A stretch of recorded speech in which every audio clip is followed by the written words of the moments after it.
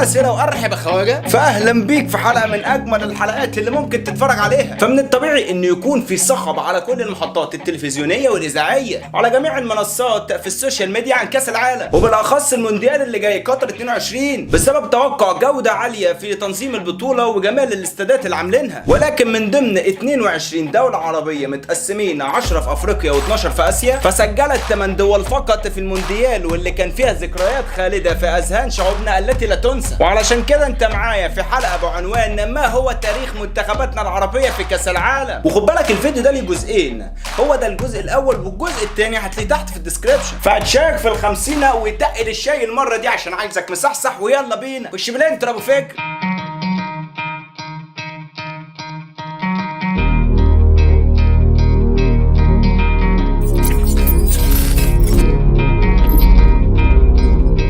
وفي المركز الثامن هو المنتخب الازرق منتخب الكويت، واتشهر المنتخب الكويتي بالازرق، واللي يقال ان لقب الازرق ده طلعه الشهيد فهد الاحمد اللي كان رئيس السابق لاتحاد كره القدم، واختار اللون الازرق رمزا للرياضه الكويتيه لانه يمثل البحر الذي يرمز للقوه والكفاح. فابى اقول لك ان المنتخب كان بيمتلك جيلا ذهبيا في سبعينات وثمانينات القرن الماضي، واللي كان فيه الطرابلسي وجمال يعقوب والجاسم والبلوشي وغيرهم، والجيل ده قدر يفوز بكاس اسيا سنه 1980 بجانب عدد كبير من بطولات كاس الخليج العربي اللي قدرت تكسبها 10 مرات. ولكن الانجاز الذي لم يسبقه انجاز هو التاهل المثير للمونديال، وكان مثير لانه ما كانش سهل ابدا، واظهروا في رغبتهم المدويه للتاهل. ووقعت الكويت في التصفيات مع السعوديه والصين ونيوزيلندا، فكانت التصفيات في وقتها بتجمع ما بين قارتي اسيا واوكيانوس. وفي 10 اكتوبر سنه 1981 كانت المباراه المثيره والتاريخيه والتي تكون اقرب الى قلب الشعب الكويتي، واللي كانت مع نيوزيلندا في اوكلاند سيتي. فكان استقبال منتخب الكويت في نيوزيلندا استقبال سيء جدا، لدرجه ان الجمهور النيوزيلندي كانوا بيرفعوا لافتات بيطلبوا فيها الشعب الكويتي ان هو يروح لجمالهم وصحاريهم، وقللوا كتير من امكانيات وقدره المنتخب الازرق وتوقعوا فوز سهل عليهم. ولكن المدرب البرازيلي العالمي كارلوس البرتو بيريرا والمنتخب الكويتي كانوا بالمرصاد بسبب انهم فاجئوا اصحاب الارض بتحقيق فوز صعب عليهم. بعد ما عملوا الريمونتادا قلبوا فيه موازين الماتش، بعد ما كانوا خسرانين 1-0 قاموا جايبين جونين، وكمان ضيع جاسم يعقوب ضربة جزاء ولكن هو جاب جون الفوز. ولكن الشيخ فهد احمد الصباح رئيس اتحاد الكوره واخو امير الكويت في وقتها كان راجل حمله بحق. وده ليه؟ لانه في ماتش العوده بين الكويت ونيوزيلندا كانت على الاراضي الكويتيه، واصر فيها فهد احمد الصباح انه يدخل الجمال في ارض الملعب ردا على استهزاء النيوزيلنديين، وان الجمال دي حاجه بنعتز بيها. فبصراحه كفو منك يا صباح. والجيل ده من منتخب الكويت كانوا حاطين على المنتخبات الاسيويه واللي كان بيجي قصادهم في الوقت ده، وقدرت تتاهل الكويت بصداره مجموعتها للمونديال. وشارك منتخب الكويت لاول مره في تاريخه في كاس العالم سنه 1982 في اسبانيا، وبدات البطوله بتعادل غير متوقع مع تشيكوسلوفاكيا بنتيجه 1-1. وقابلت الكويت في الماتش الثاني فرنسا بقياده ميشيل بلاتيني، وفي الماتش ده حصلت واقعه غريبه من نوعها، وده بسبب ان لاعيبه الكويت سمعت صفاره وافتكروا ان هي من الحكم، وان الماتش انتهى فوقفوا عن اللعب في الدقيقه الاخيره. فاستغل لاعب فرنسا الوضع وقدر يجيب الجون الرابع لفرنسا. ولاعيبه الكويت طبعا اعترضوا بشده على الحكم بسبب ان هم افتكروا ان هو صفر، لدرجه انه نزل الشيخ صباح ووبخ الحكم وطلب اللاعيبه من الانسحاب. وبعد كده تراجع الحكم عن قراره مما كلفه اشارته الدوليه وغرامه $10,000 على منتخب الكويت. واختتم البطوله مباراه اخيره قدام انجلترا وكسبت فيها انجلترا 1-0. فحيا والله الشعب الكويتي واهلهم وناسهم وبأراكم في المونديال مره اخرى. تقول لي يعني استكانه يا فكره؟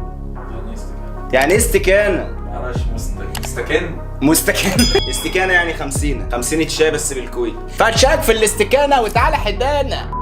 وفي المركز السابع هم اولاد الرافدين هو المنتخب العراقي. فالرافدين معناها نهرين وهم دجله والفرات. فبلاد الرافدين هي منطقه جغرافيه تقع في جنوب غرب اسيا، واشهر حضاراتها هي الحضاره السومريه والاشوريه والبابليه، وتعد من اولى المراكز الحضاريه في العالم. ووقعت العراق في تصفيات كاس العالم سنه 1986 واللي كانت في المكسيك في مجموعه بتضم الاردن وقطر ولبنان، وتصدرت العراق المجموعه. وقدرت العراق ان هي تتاهل للماتش اللي بعده في ماتش ذهاب واياب مع المنتخب الاماراتي، واحتشدت الجماهير باستاد الراشد بدبي في لقاء الذهاب اللي كانت بين الامارات والعراق، واللي كانوا متعادلين 2-2 لغايه اخر الماتش، لغايه ما نطق الهاشم ونطق الشعب باحتفالهم بالجون الثالث اللي جابه، وخلص الماتش 3-2. واتعمل ماتش الاياب في مدينه الطائف في السعوديه، وكان المنتخب الاماراتي قاب قوسين او ادنى انه يتاهل بعد ما قدر يجيب جونين في العراق. ولكن كريم صدام انقذ العراق في النفس الاخير من الماتش بتسجيله الهدف الاسمن في التصفيات علشان يأهل منتخب بلاده الى مواجهه سوريا ذهاب واياب في المرحله الاخيره. وبعد تعادل تعادل سلبي في دمشق اتبقى للمنتخبين 90 دقيقة لحسم بطاقة التأهل، واللي كانت من نصيب أسود الرافدين بعد فوز مستحق 3-1. وهنا لازم أدي المنتخب السوري حقه بأنه كان من حقه الظهور وحتى لو لمرة في كأس العالم، لأنه في تاريخه كذا مرة كان بيوصل للمرحلة الأخيرة ويخسر في الماتش الأخير. وبإذن الله نشوف نصر سوريا قريبا في المونديال، وتتأهل العراق لأول مرة لكأس العالم علشان تدخل في المجموعة الثانية اللي كانت بتضم صاحبة الأرض المكسيك وباراغواي وبلجيكا. وخسر في الماتش الأول قدام منتخب الباراغواي 1-0، وقابلت في الماتش الثاني بلجيكا وكسبت بلجيكا 2-1، وعلشان تختم البطولة بفوز المكسيك 1-0.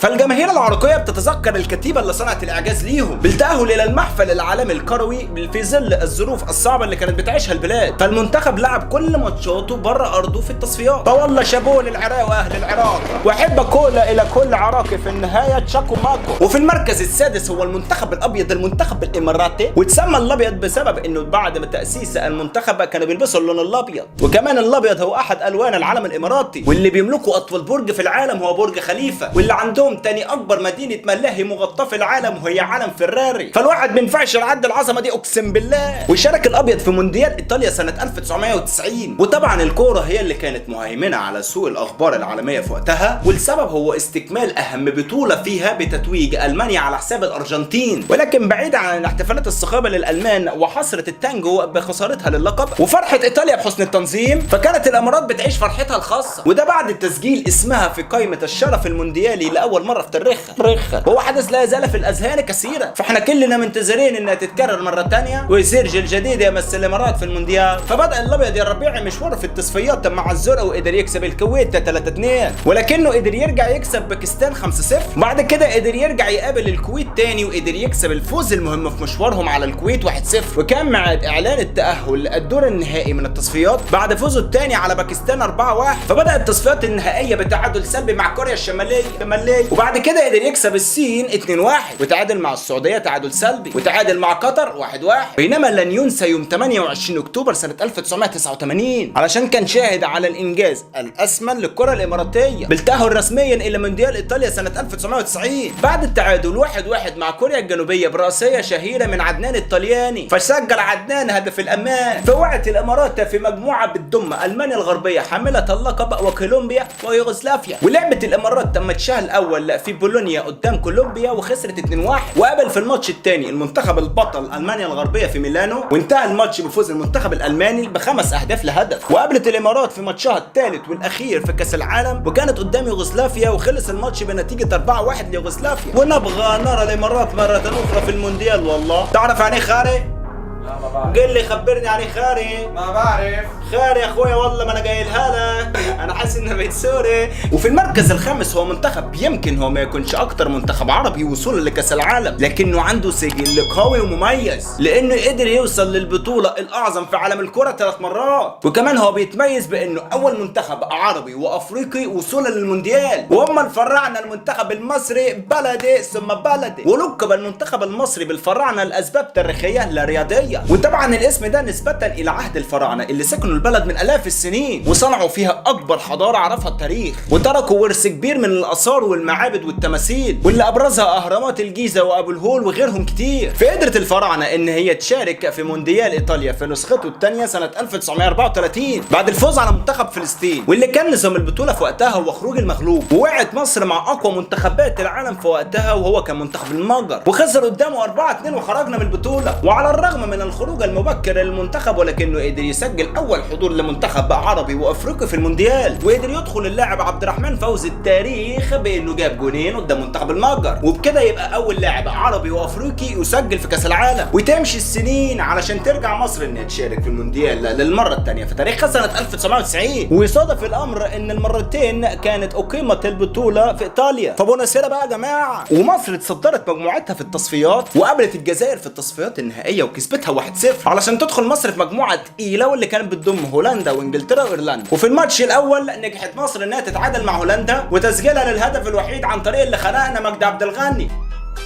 وبعد كده تعادلنا مع جمهورية ايرلندا تعادل سلبي، وخسرنا من انجلترا 1-0 علشان نرجع نشارك للمرة الثالثة في كأس العالم سنة 2018 بعد ما قدرنا نتصدر مجموعتنا في التصفيات، ووقعنا في مجموعة بتضم الاوروجواي وروسيا المستضيفة والسعودية. وبدأت مصر مشوارها مع الاوروجواي وخسرت 1-0 بعد ماتش عالمي من محمد الشناوي علشان نروح نقابل روسيا في ملعب سان بطرسبرج، وقدرت تكسب روسيا الفراعنة 3-0. ونختتم البطولة باننا نقابل منتخب السعودية واللي كسبت 2-1، واللي سجل الجون المصري هو الايجيبشن كينج محمد صلاح. وبما اني مصري فانا بقى اللي هقول لكم الكلام واشوفكم هتعرفوه ولا لا، وهديكم 3 كلمات: شرق ودكن وهديك كشاف، واذا عرفت معناهم اكتب لي في الكومنتات تحت، واستنوني في الجزء الثاني من حلقة ما هو تاريخ منتخباتنا العربية في كأس العالم. وفي الاخر احب اقول لك 3 حاجات: رقم 1 بونس يلا الحلقة خلصت، رقم 2 if you want to be happy you must صلي على النبي، رقم 3 اوعى تنسى تعمل لايك وشير وسبسكرايب للقناة مجانا حصري لأول مرة عندنا. تحب تقول لي اي حاجه؟ سلام.